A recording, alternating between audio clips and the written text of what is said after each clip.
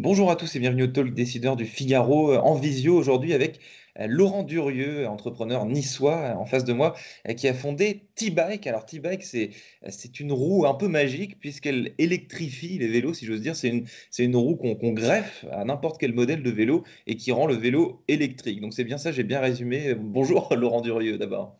Bonjour Quentin, c'est parfaitement résumé. Je pourrais vous embaucher presque comme vendeur, là. Donc effectivement, C'est pas le but, simplement de résumer. Ravi de l'avoir fait convenablement. T-Bike, c'est effectivement une roue avant de vélo. C'est aussi simple que ça, avec trois caractéristiques. C'est qu'elle est électrique, elle est connectée et elle est universelle. Et donc on l'a faite universelle en se disant, voilà, quel que soit le vélo que vous ayez, qu'il soit ancien ou récent, qu'il soit très cher ou économique, ben Ouais. en fait, vous avez juste à enlever la roue avant de votre vélo et à installer la roue e-bike à la place. Donc peu Et elle importe est le modèle, donc un vélo vintage, un vieux Peugeot des années 70, là comme c'est la mode, vélo exactement. récent. Est-ce que la roue e-bike, ça crève moins qu'une roue normale? C'est important ça aussi, que ce soit connecté, etc. C'est super, mais Alors, elle est connectée, mais ça n'empêche pas de crever. Donc, en fait, en dehors du moteur et de toute l'électronique qui est à l'intérieur, le reste, ben, c'est une roue avant de vélo comme toutes les autres roues. Donc, il faut la gonfler et il faut éviter de rouler dans des endroits où vous risquez de crever. ouais, donc Mais les bons par potes. contre, elle est connectée. Donc, ça veut dire que vous allez l'utiliser avec votre smartphone, parce que tout le monde aujourd'hui, ou pratiquement tout le monde, a un smartphone.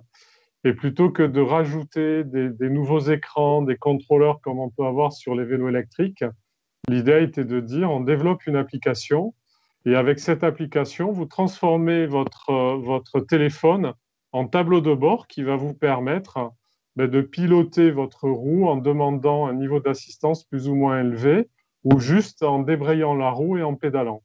Alors, est-ce qu'on peut dire que vous êtes l'inventeur? Est-ce que vous pouvez vous targuer d'être l'inventeur de ce produit, ou alors c'est quelque chose qui existait déjà? J'ai vu que vous avez lancé votre produit en Chine, par exemple. Alors, en fait, d'abord, c'est un produit que j'ai développé avec toute une équipe. J'ai lancé l'idée, le concept, les grandes lignes, et puis après, c'est de l'intelligence collective qui a contribué au développement de cette roue. Et on est parti d'une idée qui était de dire, d'une part, d'un côté, il y a beaucoup de vélos aujourd'hui qui partent à la casse alors qu'ils sont en parfait état d'utilisation parce que un vélo, c'est inusable. Donc, dès le moment où vous avez des bons pneus, où vous avez des bons freins, en fait, vous pouvez les utiliser pendant des dizaines et des dizaines d'années. Mhm. Et donc, on s'est dit, plutôt que d'avoir et de laisser partir à la casse tous ces vélos, on s'est inspiré de ce qu'on appelle des kits d'électrification. Donc, vous avez D'accord. des systèmes où vous pouvez rajouter une batterie, vous pouvez rajouter un moteur, vous pouvez rajouter des contrôleurs, tirer des câbles, etc.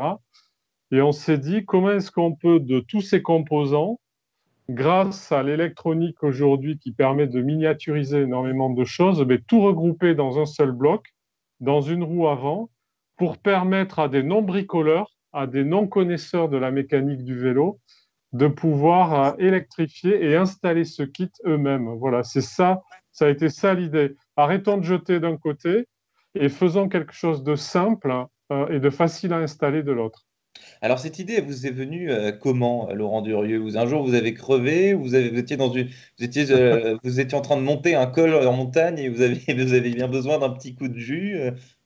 Non, il y a plusieurs éléments en fait. C'est pas en une fois que l'étincelle est venue. D'abord, j'ai découvert, comme beaucoup de monde, il y a quelques années, la magie du vélo électrique, Ouais. qui permet, quelle que soit votre condition physique et quel que soit le profil du parcours, de pouvoir pédaler, faire des kilomètres sans vous fatiguer, sans transpirer. Donc, ça, c'est ce qu'on appelle les nouvelles mobilités avec ce côté facilitateur d'avoir un petit moteur dans le vélo.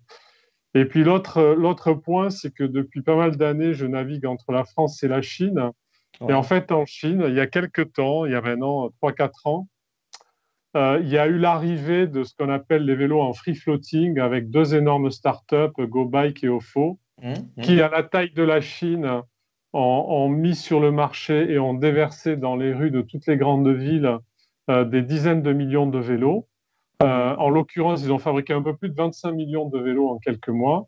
Et Ouais. malheureusement, le modèle économique, tout ce qui a été mis en place ne fonctionnait pas. Et on s'est retrouvé à jeter 25 millions de vélos quelques temps après. Et c'est ce que je vous disais tout à l'heure, le déclic a été de dire arrêtons ce gaspillage, arrêtons de jeter et récupérons ces vélos, trouvons des solutions pour pouvoir les remettre sur le marché Hmm. en les recyclant et en leur apportant une plus-value avec cette roue électrique. Alors, la roue électrique T-Bike, donc ça coûte 750 euros. Et la durée de vie, en gros, enfin, vous allez me répondre que la durée de vie est illimitée, mais combien de temps est-ce qu'on peut concrètement espérer faire marcher cette roue? Alors en fait, la roue, elle est limitée comme tous les produits aujourd'hui qui fonctionnent avec des batteries par la durée de vie des batteries. Donc aujourd'hui, les batteries dernière génération qu'on a dans la roue e-bike ont une durée de vie d'environ 5 ans D'accord. avec un niveau de performance optimal. Tout comme nos téléphones, après 2 années d'utilisation, la batterie commence à baisser en performance. Sur les vélos électriques, c'est environ 5 ans. Et Hmm. donc, après ces 5 ans, en fait, vous aurez juste à renouveler et installer une nouvelle couronne de batterie Hmm. pour avoir une roue e-bike qui repartira quasiment à neuf. Et Hmm. c'est pratiquement inusable parce que finalement, c'est juste une roue de vélo. Et comme toutes les roues de vélo, il y a quelques pièces mécaniques qui peuvent s'user et il suffit de les changer, de les renouveler. En ce moment, en France, il y a un vaste plan qui promeut l'usage et l'acquisition d'ailleurs de vélos électriques. Est-ce que vous avez votre roue compte comme un vélo électrique dans une certaine mesure? Est-ce que l'État, le gouvernement, les élus vous ont approché? Est-ce que on peut avoir des subventions, par exemple, comme on en a pour acheter un vélo électrique, simplement pour acheter une roue? Oui, oui, alors on a beaucoup de communes et de villes et d'agglomérations en France qui Mhm. ont intégré le principe de la route e-bike dans les subventions. Donc, des villes comme Paris, Lyon, Bordeaux, ben, vous bénéficiez de subventions.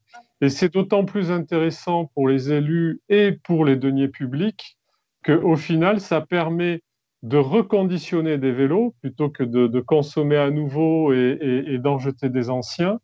Ça permet de subventionner un produit qui est quand même significativement moins cher qu'un vélo électrique, puisque le prix moyen d'un vélo électrique aujourd'hui, enfin en 2019, c'était 1800 euros. Ouais. Et vous subventionnez sur une base de prix de 750 euros tout en ayant un vélo électrique. Donc ça permet pour la même enveloppe de faire profiter un plus grand nombre de concitoyens en termes de subventions pour accéder à la mobilité électrique.